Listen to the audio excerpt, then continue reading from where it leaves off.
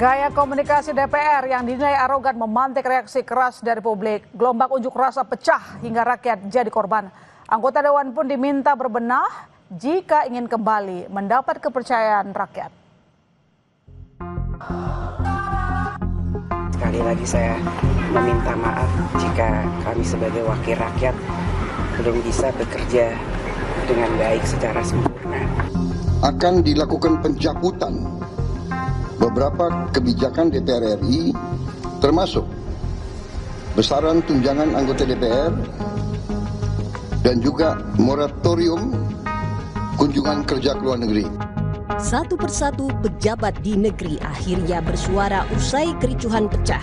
Korban berjatuhan saat gelombang protes atas tunjangan fantastis dan sikap para anggota dewan. Mereka beramai-ramai minta maaf hingga sampaikan duka pada korban. Namun, duka dan luka masyarakat sudah terlanjur menganga. Semua dipicu tunjangan jumbo wakil rakyat di tengah impitan ekonomi masyarakat. Amarah publik makin menjadi saat gaya komunikasi elit nirempati gagal memahami persoalan rakyat. DPR yang seharusnya jadi rumah rakyat menjelma jadi sasaran kemarahan rakyat. Gelombang unjuk rasa pecah, tak hanya di ibu kota namun juga di daerah. Fasilitas umum dirusak. Korban jiwa berjatuhan. Afwan Kurniawan, seorang pengemudi ojol tewas karena ditabrak rantis polisi. Tak hanya Afwan, 3 orang juga tewas saat kericuhan pecah di gedung DPRD Kota Makassar. Sejumlah tokoh masyarakat pun turun gunung. Wakil Presiden ke-10 dan ke-12 RI Yusuf Kala berpesan kepada anggota DPR dan para pejabat untuk berhati-hati dalam ucapan dan tindakan karena bisa menimbulkan kemarahan publik. Masalah begini akan berakibat panjang. Kita memahami itu bahwa kita semua akan kena masalah. Dan tentunya bagi pada pejabat, para anggota DPR untuk menahan diri menjadi pelajaran yang besar. Jangan bicara asal-asal dan jangan menghina masyarakat kita. Ini semua yang menjadi penyebab daripada masalah.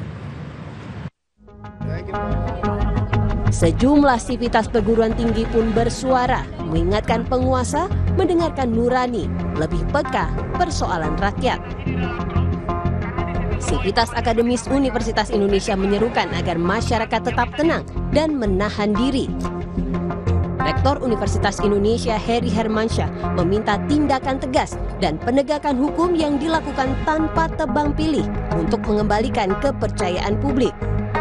Sikap yang sama juga dilakukan Sivitas Akademika Universitas Gadjah Mada yang desak pemerintah dan DPR membatalkan kebijakan yang tidak berpihak pada keadilan. UGM mengingatkan pemerintah dan DPR agar membatalkan kebijakan-kebijakan yang tidak berpihak pada keadilan, menambah kesenjangan di antara elit politik dan rakyat. Gelombang unjuk rasa dan tewasnya seorang pengemudi ojol ini semestinya jadi alarm genting bagi para pejabat untuk peka, mendengar, dan berpihak pada rakyat. Wakil rakyat tak seharusnya berpaling dari rakyat kecil. Tim Liputan Kompas TV.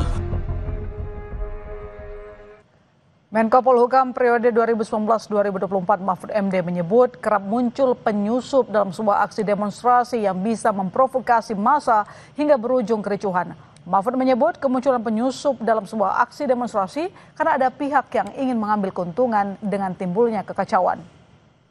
Tetapi juga jangan nutup mata, di kalangan pengunjuk rasa sering ada penyusup-penyusup yang melakukan kekisruhan, keributan. Sehingga kedua pihak harus sama-sama waspadalah ketika akan melayani, untuk aparat yang akan melayani atau mengawasi aksi-aksi untuk menyampaikan pendapat, dan untuk masyarakat yang ingin menyampaikan pendapat atau unjuk rasa, itu supaya juga hati-hati, jangan sampai terprovokasi oleh penyusupan. Itu saja sebenarnya. Untuk mengulas tentang gaya komunikasi pejabat yang diminta berbenah dan lebih peka pada rakyat, kita sudah terhubung dengan Guru Besar Komunikasi Politik UIN Jakarta, Prof. Gun Gun Herianto. Selamat malam, Prof. Selamat malam, Mbak My Sister. Ya, Prof, satu persatu elit politik dan pejabat negara bersuara, tapi komunikasi pejabat yang nirempati terlanjur memicu kegaduhan. Bisa meredam situasi ke depan?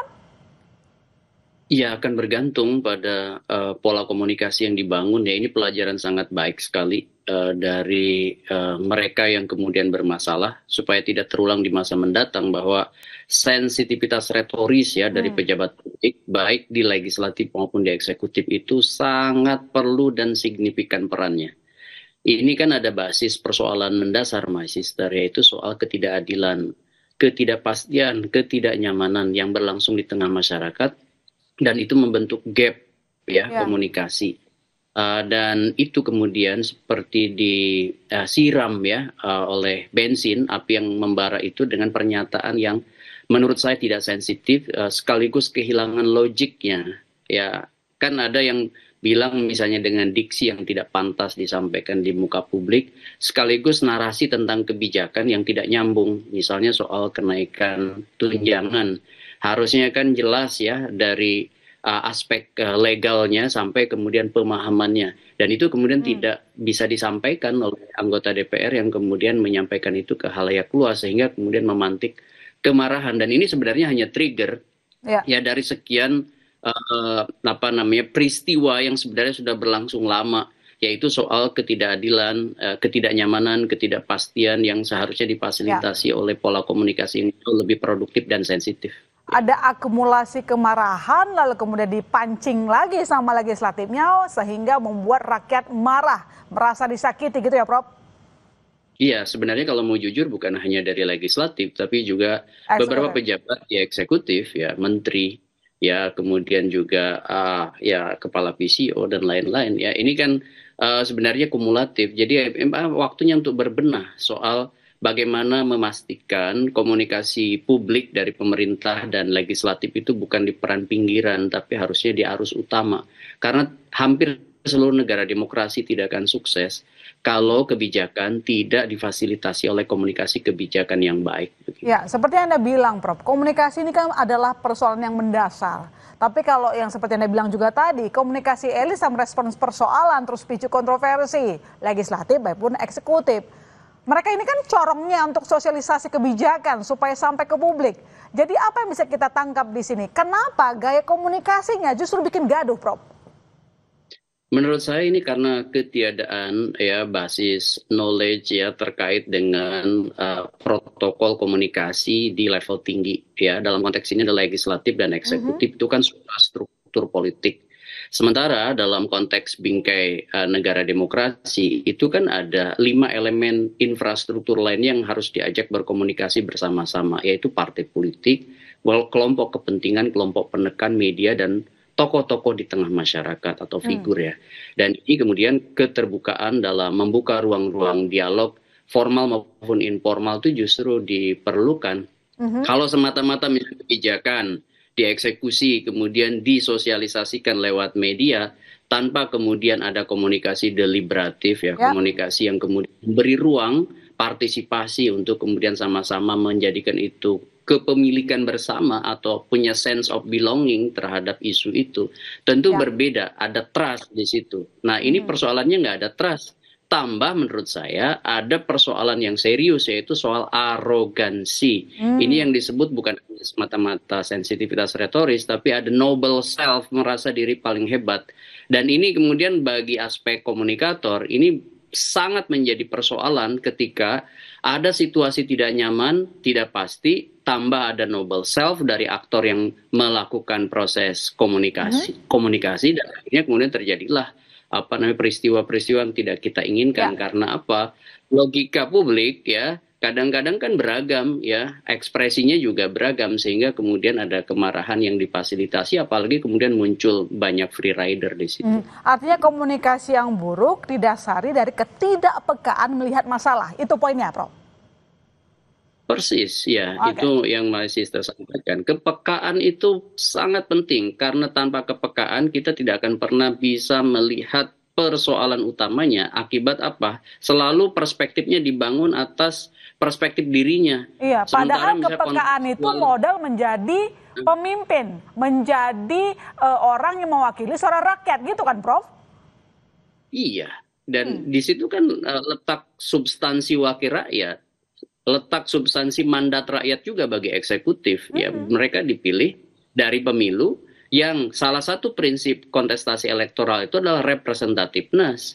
Oleh karena itu, maka ketika misalnya mereka mewakili rakyat di DPR dan mengemban mandat kuasa rakyat di eksekutif, ya, itu maka kebutuhannya adalah mendengar ragam aspirasi yang muncul di tengah masyarakat, sekaligus ya bukan hanya mendengar tapi juga mengartikulasikannya, mengeksekusi di ragam kebijakan yang tidak hanya terjebak pada formalisme dramaturgi seremonial. Ya, dramaturgi seremonial ya cukup dengan retorika, cukup dengan drama-drama joget begitu ya. Sementara substansi kebijakan yang kemudian pro rakyat itu harus dibangun dari nalar yang kemudian berbasis pada bukti, dan evidence base itu menjadi kertas kebijakan yang lazim di negara-negara maju yang kemudian demokrasinya menguat begitu. Ya, lalu kalau kejadiannya sudah seperti ini, apa yang harus dibenahi para pejabat untuk mengembalikan kepercayaan publik, Prof? Apakah dengan tadi menonaktifkan anggota parlemen sudah cukup menenangkan publik? Singkat saja, Ya, Prof. menurut saya bertiga yang harus dilakukan. Yang pertama, itu mereka yang kemudian merasa bertanggung jawab atas peristiwa kumulatif kemarin, baiknya memang mundur kalau di DPR, di PAW, begitu ya. Kalau di eksekutif, mundur digantikan oleh pejabat lainnya.